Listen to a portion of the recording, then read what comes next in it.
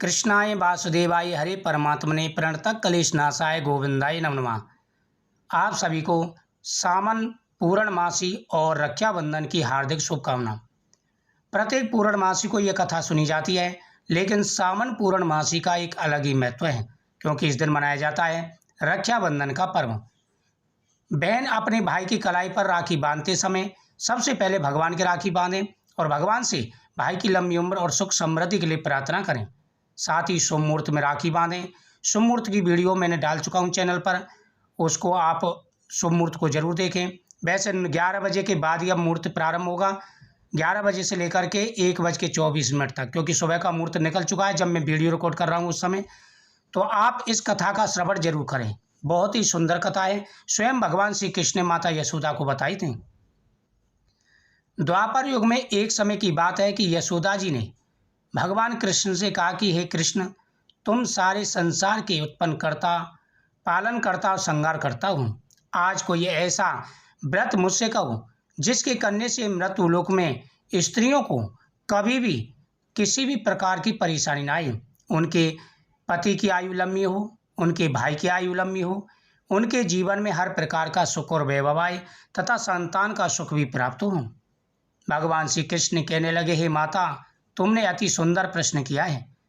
मैं तुमसे ऐसे ही व्रत को विस्तार पूर्वक कहता हूँ। सौभाग्य की प्राप्ति के लिए स्त्रियों को अर्थात महिलाओं को, और सभी ये व्रत कर सकते हैं, उनको 32 पूर्णिमा का व्रत करना चाहिए। इस व्रत को करने से स्त्रियों को सौभाग्य, संपत्ति, संतान की प्राप्ति होती है। यह व्रत अचल सौभाग्य को देने वाला और भगवान शंकर के प्रति मनुष्य मात्र की भक्ति को बढ़ाने वाला है। यशोदा जी कहने लगी, हे कृष्ण, सर्वप्रथम इस व्रत को मृत्युलोक पर किसने किया था, विस्तार से बताइए। भगवान श्री कृष्ण कहते हैं कि इस भूमंडल पर एक अत्यंत प्रसिद्ध राजा चंद्रहास हुआ था। वह अनेक प्रकार के रत्नों से परिपूर्ण कात्का नाम की नगरी में राज्य करता था। वहाँ धनेश्वर नाम का एक ब्राह्मण था। उसकी स्त्री अति सुशील रूपवती थी। दोनों ही उस नगरी में बड़े प्रेम से साथ रहते थे। घर में धन्य दान आदि की कोई कमी नहीं थी। उनको एक बड़ा दुख था कि उनके कोई संतान नहीं थी, जिस वजह से वह बहुत दुखी रहा करती थी। एक दिन एक तपस्वी उसी योगी उस नगरी में आया। वह योगी बाकी सभी घरों से भिक्षा मांगकर भोजन किया करता था, लेकिन उस ब्राह्मण के घर से भिक्षा नहीं लेता था। एक दिन योगी गंगा किनारे भिक्षा मांगकर प्रेम पूर्वक खा रहा था कि धनेश्वर ने योगी को यह सब करते देख लिया। सब कार्य किसी प्रकार से देख लिया। अपनी भिक्षा अनादर से दुखी होकर धनेश्वर योगी से बोला, और सभी घरों से आप भिक्षा लेते हैं, परंतु मेरे घर की भिक्षा आप क्यों नहीं लेते। योगी कहने लगे कि आपके घर में हम भिक्षा इसलिए नहीं लेते क्योंकि धर्म इसकी हमें आज्ञा नहीं देता। आप गृहस्थ जीवन में एक सुख से वंचित हैं। आपके घर में संतान नहीं है, और संतान जिस घर में ना हो उस घर का पतन बहुत जल्दी हो जाता है। और मैं भिक्षा इसलिए नहीं लेता कि मेरा भी पतन होने का डर रहता है, कहीं मैं पतित ना हो जाऊं। धनेश्वर की यह बात सुनकर वह बड़ा दुखी हुआ, हाथ जोड़ के योगी के पैरों पर गिर पड़ा तथा दुखी मन से कहने लगा कि आप मुझे संतान प्राप्ति का कोई उपाय बताइए। आप सर्वज्ञ हैं, मुझ पर अवश्य ही यह कृपा कीजिए।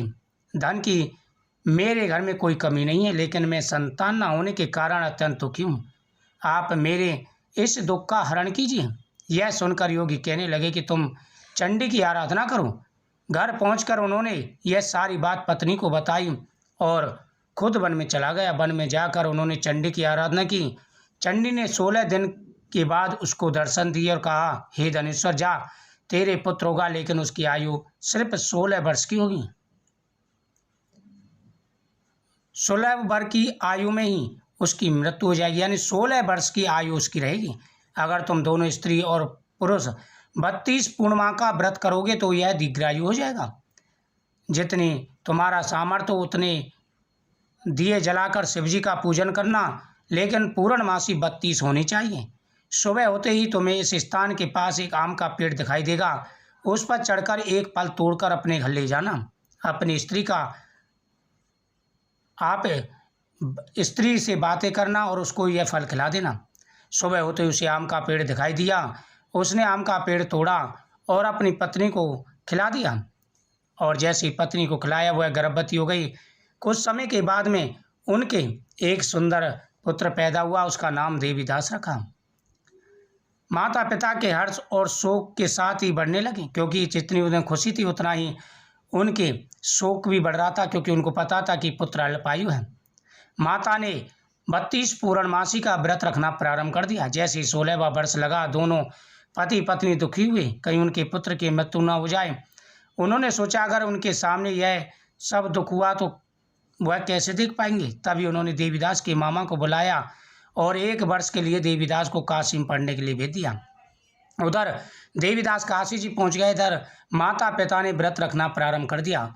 उधर देवीदास जब वहाँ पहुंचा था तो उसकी मृत्यु हो गई थी, लेकिन भगवान शिव ने उसे दोबारा से जीवन दान दिया। और इधर उसकी माता ने 32 पूर्णमासी का व्रत किया, जिससे देवीदास की आयु लंबी हुई। तो इस कथा के श्रवण करने से भाई, पति और पुत्र सभी की आयु लंबी होती है।